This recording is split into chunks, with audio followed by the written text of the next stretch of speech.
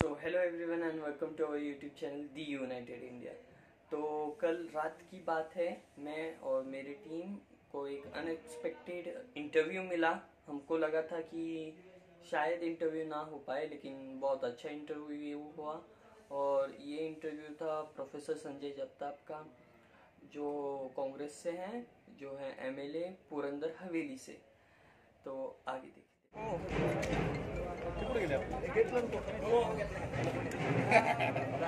एक मिनिट पकड़ा था।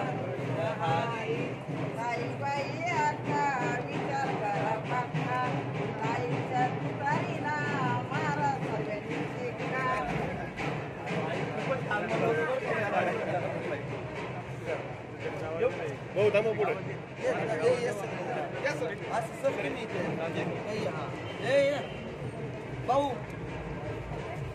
नाना इकडे एक आपला फोटो पण होईल Nana Saheb.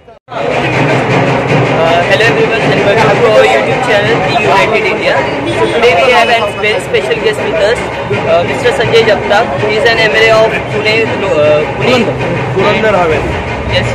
So sir, BJP म्हणत आहे यावेळेस की 400 पार तुमचं काय मत आहे याच्यावर, जरा सांगाल?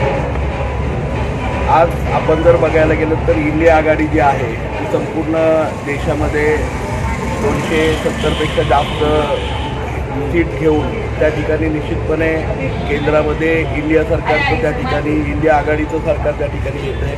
महाराष्ट्रामध्ये सुद्धा 39पेक्षा जास्त सीट त्या ठिकाणी इंडिया आघाडीचे आणि महाविकास आघाडीचे त्या ठिकाणी लागतात. तर सर, जे आता भारत जोडो यात्रा झाली तर त्याच्यानी महाराष्ट्रामध्ये काय फरक पडणार आहे? अजून सीट्स येणार का, सीट्स कमी होणार, काय होणार आहे? सर्वात महत्त्वाचं म्हणजे घरं तोडणं, पक्ष तोडणं आणि प्रचंड प्रमाणामध्ये महागाई, बेरोजगारी आणि सर्वसामान्य माणसांची, शेतकऱ्यांची आणि बेरोजगार तरुणांची चेष्टा करण्याचं काम केंद्र सरकारने, BJP सरकारने, मोदी सरकारने त्या ठिकाणी केलं आहे. आणि त्याची चीड म्हणूनच खऱ्या अर्थाने आता कुठल्याही परिस्थितीमध्ये सर्वसामान्य माणसाला, ज्येष्ठांना, तरुणांना, महिलांना त्या ठिकाणी मोदी सरकार नको आहे.